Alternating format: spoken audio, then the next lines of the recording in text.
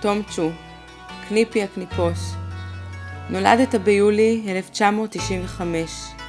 אני זוכרת שהסעתי אותך בעגלת התינוקות מהתינוקייה למחלקת היולדות, ופקחת במסדרון את עיניך, וראיתי לראשונה איזה מבט מבין וסקרן, כמה העיניים שלך יפות וחכמות וכחולות, העיניים הללו שמלוות אותנו עד היום.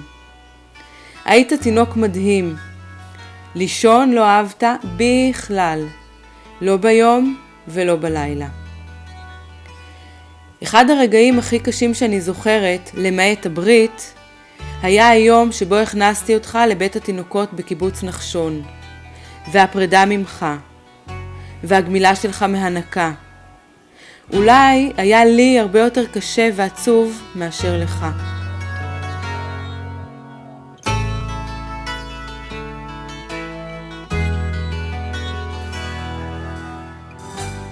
בגיל שנה עברת לקרוון בלטרון. גרת שמה בחדר משלך, וכל שבת השכם בבוקר, שהרי לישון לא אהבת, היית עושה סיור בין הטנקים והדגלים בלטרון. מה הפלא שהמילים הראשונות אותן אמרת היו דגל ואחר כך טרקטור. מאוד אהבת לנסוע, אהבת נסיעות במכונית, הנסיעות היו מרגיעות אותך. האמת שדי בשונה מהיום. מהקרוון בלטרון עברת לדירה במושב בקוע. כולם שם אהבו אותך, אני חושבת שהיית התינוק האשכנזי היחידי. בתקופה הזו התחלת לאהוב כלים כבדים. הרבה פעמים כבילוי משותף שלך ושלי, תום צ'ו, לקחתי אותך לראות מקומות בהם עבדו בכביש, ואתה צפית בחדווה ובעניין בכל הכלים שעבדו שם, וידעת לשיים את כולם. בגיל שנה כבר התחלת לדבר ולנהל שיחות. היה מדהים לראות אותך, תינוק כל כך קטן, ומדבר כל כך הרבה, כמעט כמו גדול. מבקוע עברת לגור בסריגים. היית שנה במעון בנעמת, ומשם עברת לגן רב גילאי, גן שחף בקיבוץ בית ניר, היכן שסבא אילן וסבתא ניצה גרו. די מהר רכשת חבורה של חברים, איתם אהבת לטייל ביער, היה לכם בית על העץ. מאוד אהבת להסביר, ידעת הרבה מאוד על טבע, על צמחים, כתבת ואכלת חרדל, ומעת לעת הסברת לי איך עושים קציצות מעלים של חובזה. התחלת לאסוף פוקימונים, ועד מהרה הפכת למומחה בעל שם בפוקימונים. כשהיית בן 3 נולדה אחותך הגר. הגר נולדה לזרועותיך המחבקות וללא ספק הכל כך אוהבות, גם אם מדי פעם רבות. כבר אז ידעת לומר ולהצביע ברגליים ולהכריז שכדורגל אינך אוהב. כדורגל, גם לא כדורסל. לעומת זאת מדע וידיעות ובוטניקה וזואולוגיה ורגישות והבנה ותובנות אתה אוהב ואוהב. בסיום גן שחף, גן חובה, עברת לראש העין.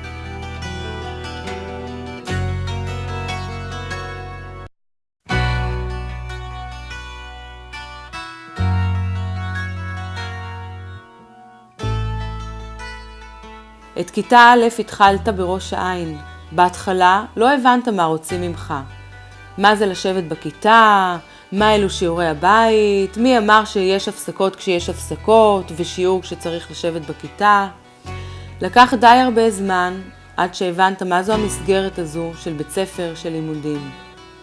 אבל כשהבנת, עד מהרה רכשת את מיומנות הקריאה והכתיבה. קראת שוטף הכי טוב בכיתה. וידעת לכתוב עד היום בלי שגיאת כתיב אחת. התחלת להתעניין בדינוזאורים, וכדרכך הפכת לבעל ידע עצום ורב בנושא. עד כדי שכבר בכיתה ב' וג' העברת הרצאה מרתקת לבני כיתתך בנושא הדינוזאורים. במהלך שנות בית הספר היסודי רכשת חברים כמו שאתה יודע לרכוש, בנאמנות, באמינות, ביסודיות. קשרים שקיימים עד היום. התחלת לאהוב את תחום הטיסנאות, היית בחוגים, בנית טיסנים והטסת. למדת טניס, התחלת לאסוף חרבות וכלי נשק עתיקים, דברים, אוספים ותחומים שהם מעניינך עד היום. כשהיית בכיתה א' נולדה אחותך גל.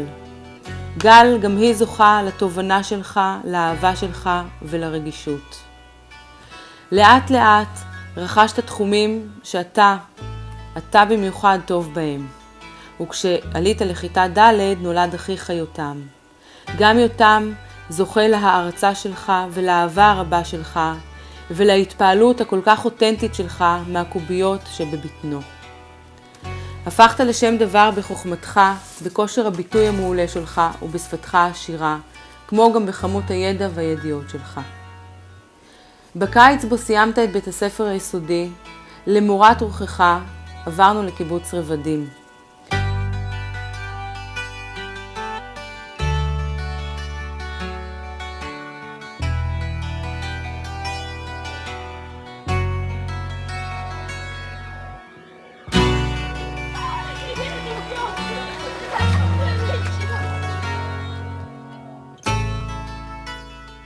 את החטיבה, את כיתה ז' התחלת בבית ספר צפית.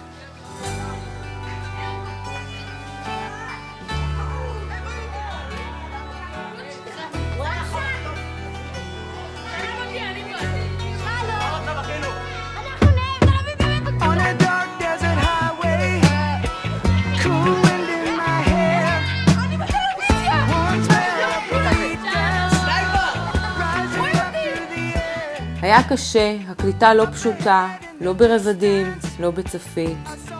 וחרף זאת, עד מהרה הפכת לתלמיד מצטיין גם פה, בעל יכולת תלמידות מעולה.